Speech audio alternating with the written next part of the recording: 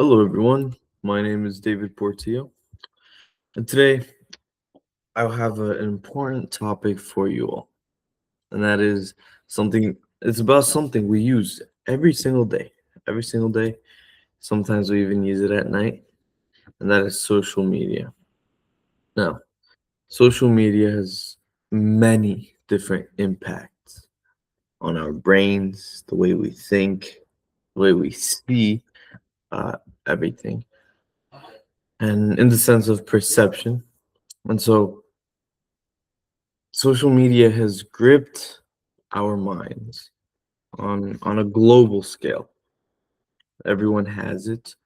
And so the average person spends about what 2 hours uh, daily on social media. And if we were to add all that time together, that's about 5 years of life that we spend on social media.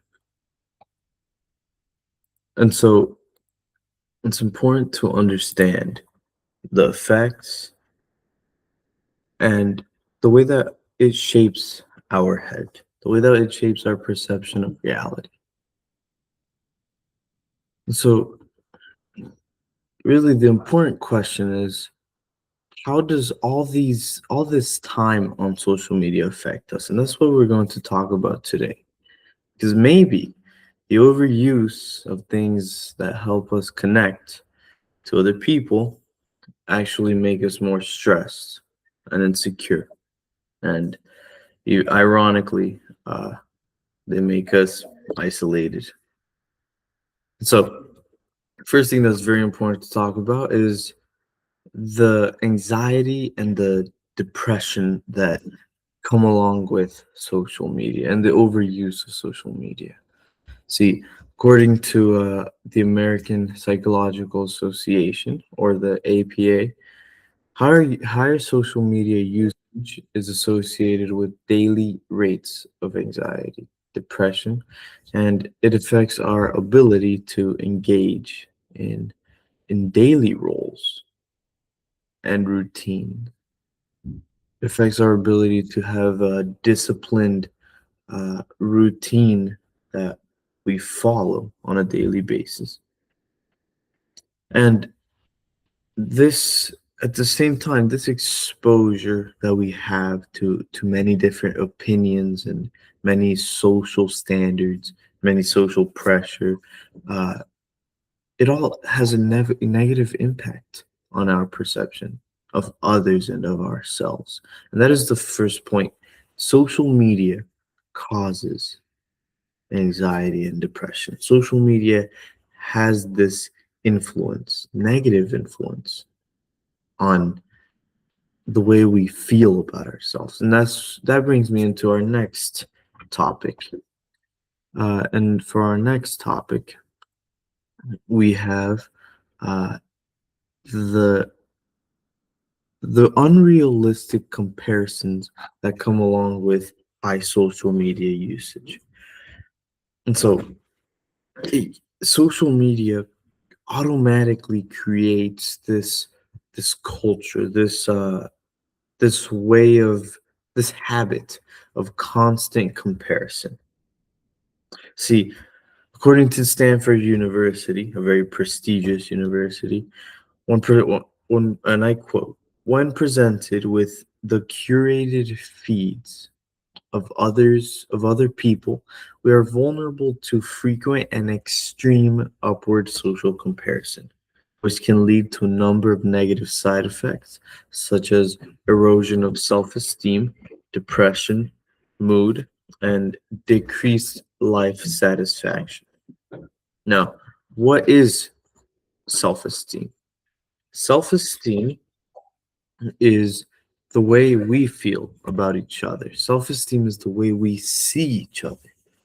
If I were to have a low self esteem, I think less of myself. And I'm less motivated to do something good for myself. As if on the other hand, if we have a high self esteem, I feel good about myself. I feel good about where I am. I feel good about the type of person I am. And all those things are important, right? There are negative impacts when it comes to having low self-esteem, an which is a big cause of social media, as we can see. And so it's very, very crucial to understand the negative side effects that social media has on how we feel about ourselves, our mood, our satisfaction, about life. And there are many expectations we place on ourselves automatically, where we compare ourselves to many people on social media who appear maybe more successful, better looking, or even happily married, right?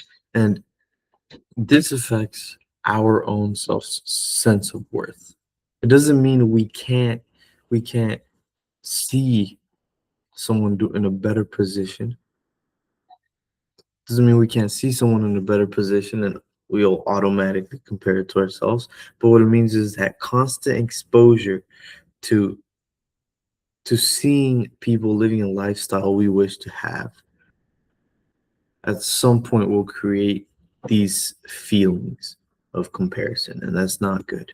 That is not good.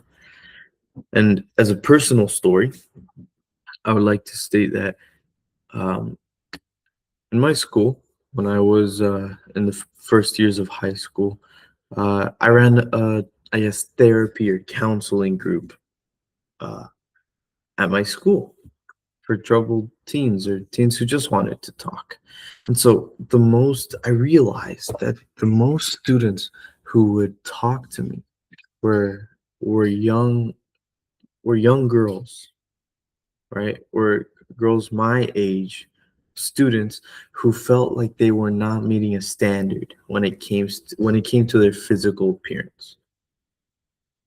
And I realized from very early on the huge impact that social media has had on many people's lives, in the sense that they feel like they do not meet a certain requirement to be good looking, to be beautiful. And that is something that everyone, and mostly young girls, suffered through in high school, even middle school. So it's very important to understand the impact in social media on the aspect of comparison. And the point three, and for this point, I would like to show a picture, right? It's called the social media cycle. And so we're gonna look at it right now. One moment. All right. So if we look at the social media cycle here, right?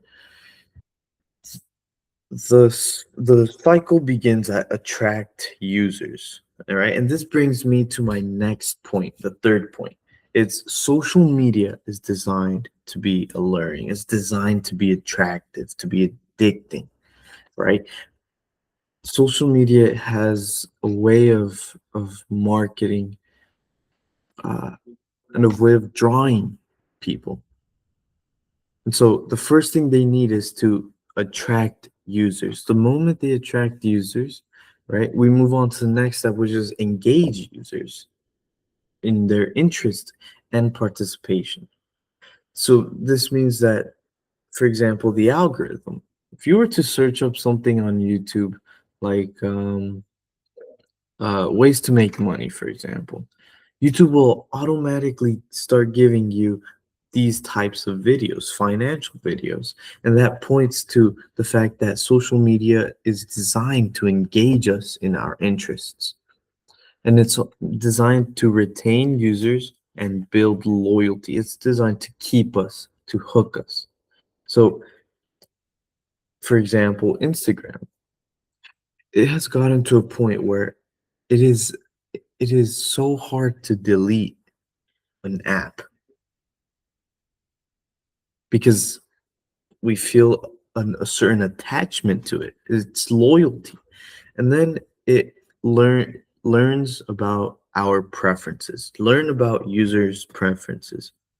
This is the next step in the cycle, or the fourth step in the cycle. And if social media, the algorithm, can learn about our preferences, right? It'll provide information that's customized solely for us. And if you notice this cycle, you can start you can start aligning this cycle to many apps that we use. I use YouTube. This cycle aligns exactly to the way YouTube appears to me. Or for example, if I were to use TikTok, right?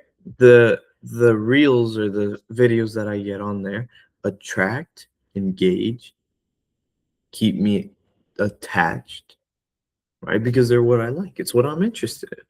And it's a whole cycle because when they understand what you are interested in, they can provide you with information that interests you, which attracts you more. And so this cycle is what pushes us into the direction of being addicted. And also, according to Cal Newport, a professor at Georgetown University, social media can negatively impact focus and our mental well-being because it constantly pulls our attention, our attraction, and it creates a need for social media exposure. Now, many people say that social media does more good because it allows us to stay connected to loved ones and understanding many minority groups. And while that is very true, when I use Instagram, for example, I text friends and loved ones. That's very true. But it's important to understand that surface level connection does not mean deep relationships. And as a matter of fact, social media is designed more like a drug because it engages the dopamine activation that is in our brains rather than focusing on fostering loving relationships. We use, for example, for me, I use TikTok more to watch videos than to talk to people or to talk to friends or girlfriend. I use Instagram more for reels than I do to talk to friends. And we see how social media targets not necessarily just social uh, things like relationship, but it targets our addiction, our dopamine, our our attention and loyalty. And so remember this, excess use leads to more loneliness and dissatisfaction in oneself. And so that argument is very refutable. So really, social media harms our mental health, uh, especially when it is overused.